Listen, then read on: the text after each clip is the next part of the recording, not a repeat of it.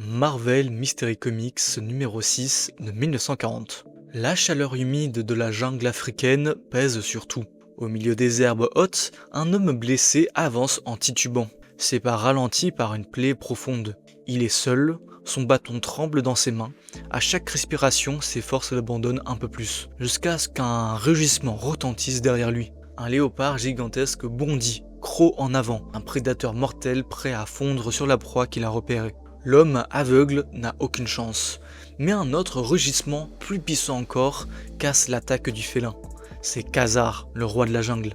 Sans hésiter, il plonge entre l'homme et le danger, repoussant N'Jaga, le léopard, qui recule d'un pas avant de disparaître dans les fourrés. L'homme, incrédule, s'effondre sur le sol. Il croit d'abord avoir rêvé, mais Khazar s'accroupit à côté de lui, tendant une main ferme.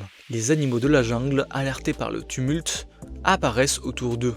Zar le lion, Traja l'éléphant et Nono le singe. L'homme comprend enfin, ce n'est pas un mythe, Khazar existe bel et bien. Avec une voix rauque, l'homme raconte sa triste histoire. Il avait guidé un certain Fenton dans la jungle, un chasseur sans scrupules décidé à pister et tuer des éléphants pour leur ivoire. Lorsqu'il avait refusé de participer à ce massacre, Fenton avait tenté de l'abandonner pour mort. Maintenant, il ne reste plus qu'à Khazar de tenir sa promesse. Arrêter cet homme avant qu'il ne détruise la harde d'éléphants qui vit dans le territoire sacré de la jungle. Khazar se lève, serrant le poing, ses yeux verts brillent d'une détermination sauvage. Sans un mot, il appelle les animaux qui l'accompagnent.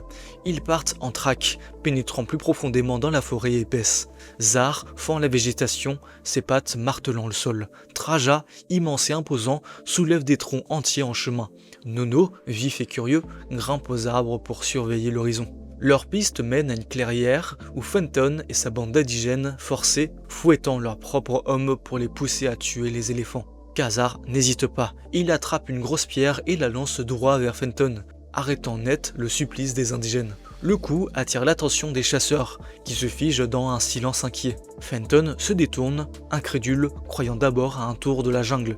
Mais Khazar apparaît à découvert, imposant et menaçant. Aucun bruit, aucun artifice, seulement l'homme sauvage au poil d'or, gardien de ces terres. Les indigènes expliquent qu'on les a forcés à chasser.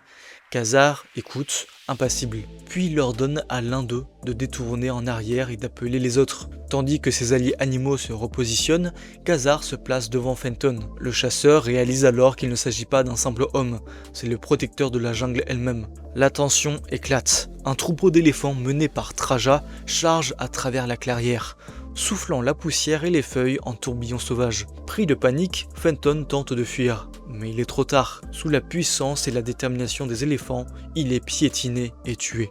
Le sort réservé à ceux qui cherchent à profaner la terre sacrée de Khazar. Dans le silence qui suit, Khazar se tient debout, seul au milieu de la jungle retrouvée.